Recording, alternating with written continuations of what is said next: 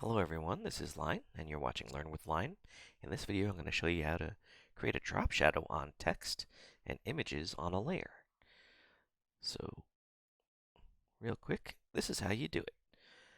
You choose the object that you want to add a drop shadow to. So in this instance, I'll use this image, and you can do it in one of three ways. You can double click on a layer to get the layer style window to pop up, and at the bottom, you'll see an option for drop shadow.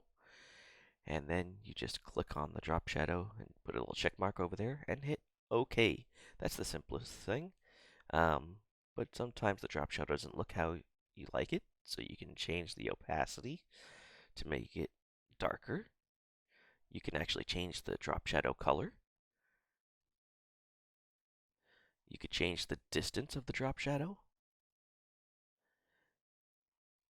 You can change the spread.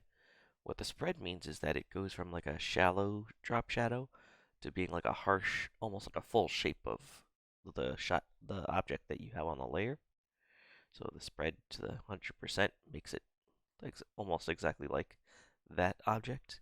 And then you have the size, so you can make it go larger than in the object. But if you keep it at 0, it'll be the exact size of the object. And then you can just change the spread down. But it doesn't look like it makes a difference when you are at size 0 because it's like it doesn't exist. The size is really about the distance of the drop shadow from the object itself. So let's say we'll make this like 200 so it's spreading out. Or, sorry, let's type this in. So I totally dragged to 147. If you spread, it'll spread out to 200 pixels. So if you do 50%, it's spreading halfway. Halfway is the gradient, I guess, of the drop shadow.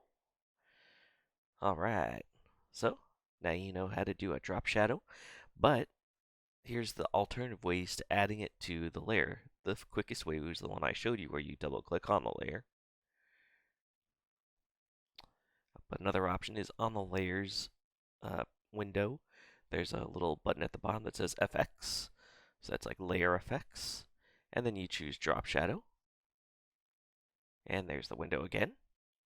And the other way to do it is you can click on the layer option at the top of the Photoshop and then click on layer style and then hover over to drop shadow. So as you can see, if you can double click, that's the fastest method. And then add the drop shadow.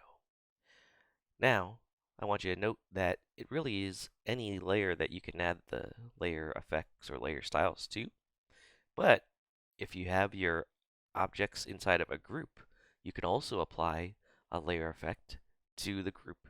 And this way, anything that's inside the group can have your layer style. Alright. Well, I hope you liked this video. Please hit the like button and subscribe.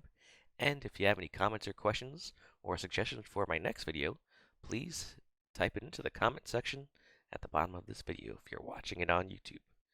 Thank you. Talk to you later. This is Line, and you're watching Learn with Line.